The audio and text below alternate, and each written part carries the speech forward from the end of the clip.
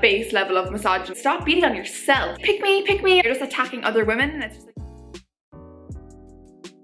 Hello everyone, and welcome back to my channel, or welcome for the first time if you're new here. Today's video is going to be about something called internalized misogyny, and it sounds very scary, and it is. It's very bad, but today we're going to be talking about what it is, what are some examples of it, why it's so bad, and maybe then what we can do to challenge it or change it. And I want the purpose of it to be you learn about your own internalized misogyny, you are nicer to yourself, and then you're nicer to others, and the world is just a better place. That is the aim with all my videos, and so today is no different. So before we get into the video, if you want to subscribe to see more videos like this, all things feminism, please do hit the button below down here. And now let's get into the video. So first of all, let's talk about what misogyny is. So misogyny is basically the hatred or contempt for women or girls, and I think sometimes people think that hatred is really strong and it's intentional and it's, you know, conscious. It's not even that. Like misogyny, as I mentioned loads of times in other videos, it's, you know, it can be very unconscious, and like it's the word, the definition is hatred, but it's kind of, it's deeper than that, you know. It's not as like obvious. It's like anger, it really goes deeper than that, but there is that base level of misogyny and distrust and dislike for women and girls. And usually you talk about misogyny in men because, you know, it kind of makes sense. Like, you know, it's against women, so it kind of implies that it's, you know, from men to women. But then there is a thing called internalized misogyny, and this is basically where women also feel that way towards other women.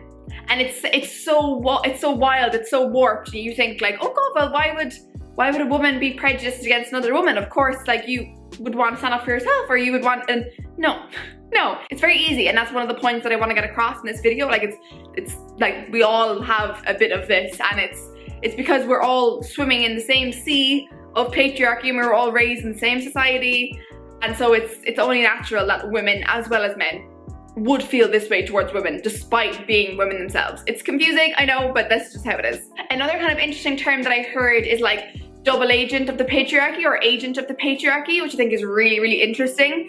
It's like you're not the patriarchy because you're a woman and you're not, you know, maybe in power, or you're marginalized yourself, but you are an agent of, like, you're working on behalf of the patriarchy to kind of perpetuate, you know, the status quo and sexist ideals and of women and all this stuff. And so it's like, I just think it's an interesting term. I'm not sure if Jamila Jamil coined this term or whether she got it from somewhere else, but she described it as, and I have it here, the double agent for the patriarchy is basically a woman who perhaps unknowingly is still putting the patriarchal narrative out into the world, is still benefiting off of, profiting off, and selling a patriarchal narrative to other women. That's a bit of a mouthful, but I think it's kind of an interesting way to put it as well. These women themselves, it's not just that they're putting that on other women, they're like telling other women how to live their lives, they also, it's internalized, like they also have that same contempt for themselves and that same shame over being a woman themselves. And that's why it's just so sad. It's not just about like, oh,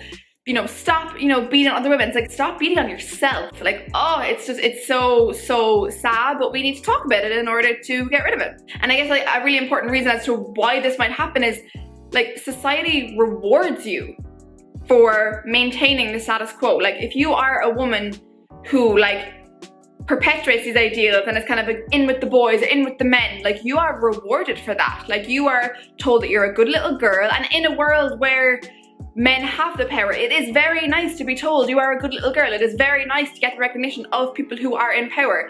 And so it makes complete sense why they would do it, like, and why we all, to an extent, do this. And it takes someone really strong to go against that, like go against people in power and not be liked. Like, oh my god, we all just want to be liked. Like I have such a thing in me to be liked, and that's why like this video is as much for me as it is for anybody else. And that's why I have such respect for women who really just do not give a shit. They don't care about being liked.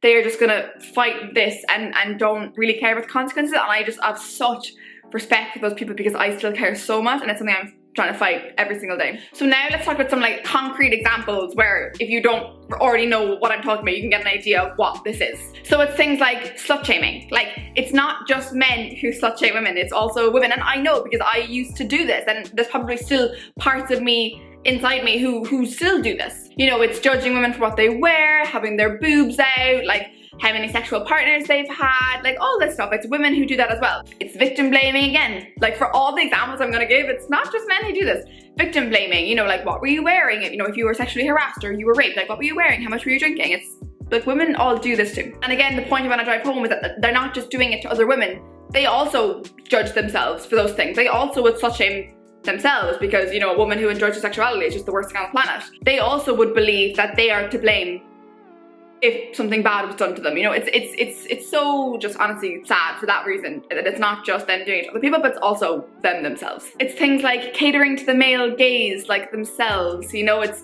you know, shaving your legs just because you feel you should, wearing makeup because you think you should to be liked in this world. It's, you know, objectifying yourself and, you know, forming your aesthetic and forming your outfit and watching yourself through the eyes of men.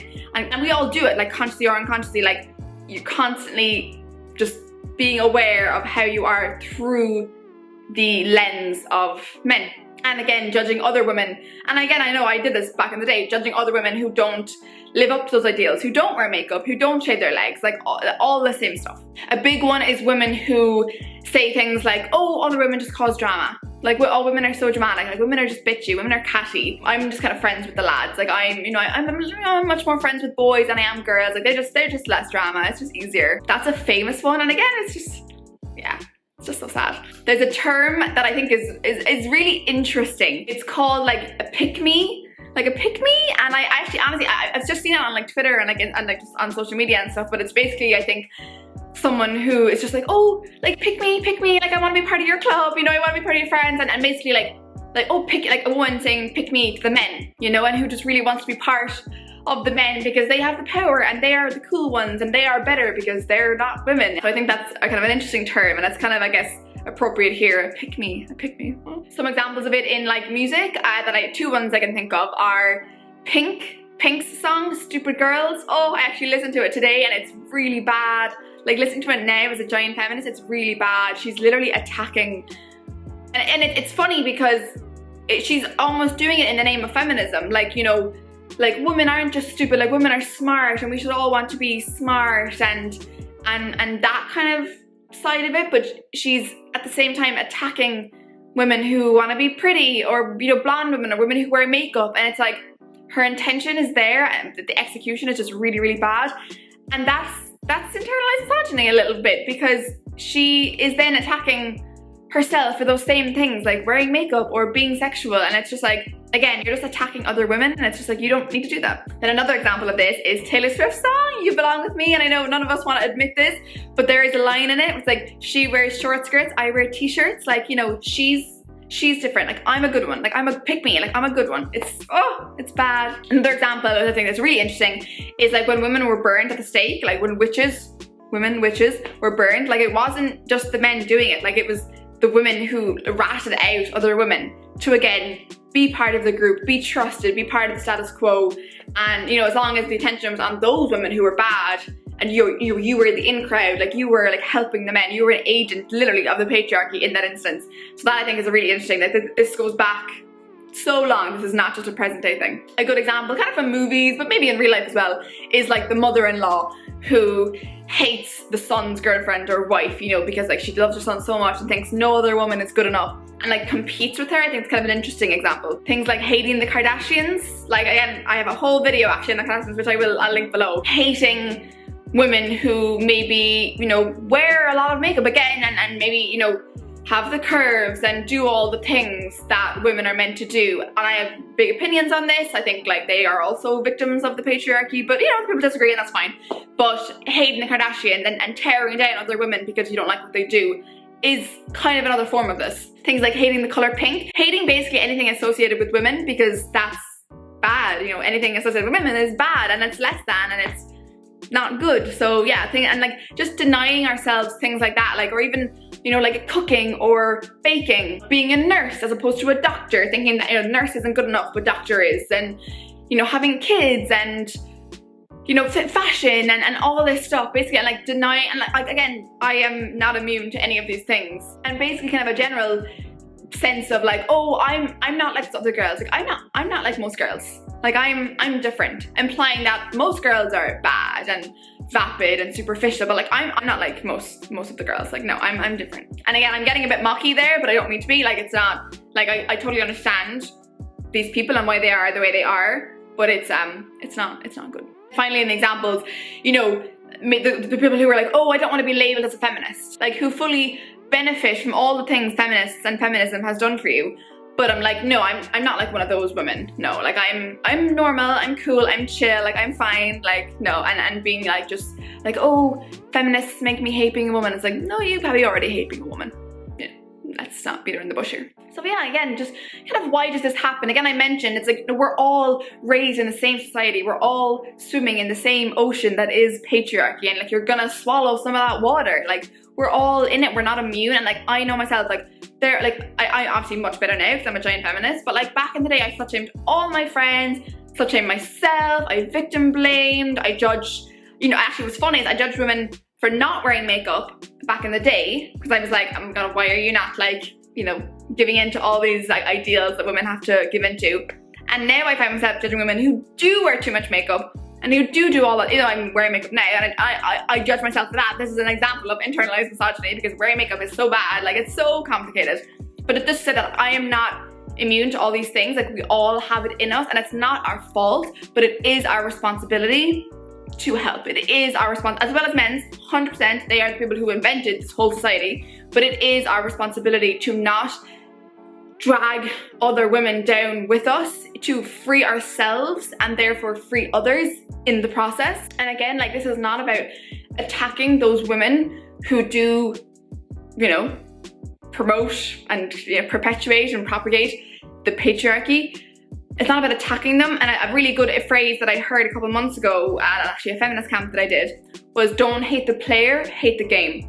So don't hate the woman who has all this internalized misogyny and who is judging all these women. Like hate the game that made her feel like she had to judge other women and judge herself in order to fit in and to maintain the status quo in order to have power. Like hate the game that made her do that. So again, this is not attacking women who have internalized misogyny and who probably attack others. It's a hating the game, not the player. So then why is this so bad? Like what effects does it actually have on our society? I think for me, one of the biggest ones is those women validate men. So men will say a sexist thing or whatever, and then they might back it up with, well, oh, like she also thinks the same way, therefore they're correct. Because they're like, well, if a woman is saying it too, then it must be right. Like if a man is slut shaming a woman and they're like, oh, well, like she also thinks it was really promiscuous or it was really, you know, bad what she did, therefore it's okay. And I think that's really, really bad because men just think that, well, if a woman is also agreeing with me, then it must be fine, because why would a woman go against another woman if it wasn't because, you know, what that woman was doing was bad and that was the truth? Like, no. Internalized misogyny. So I think that's one of the most dangerous aspects of it. Like it's just the validation men get from these women. Not that really they need it, but it's bad. It also just like tricks you into thinking that other women are the problem. Like say if you feel held back in life because you're a woman subconsciously and you're not admitting yourself, it tricks you into thinking that other women are the problem and not like the patriarchy who is actually holding you down. And what really kills me is that it keeps women separated. It keeps us fighting amongst ourselves.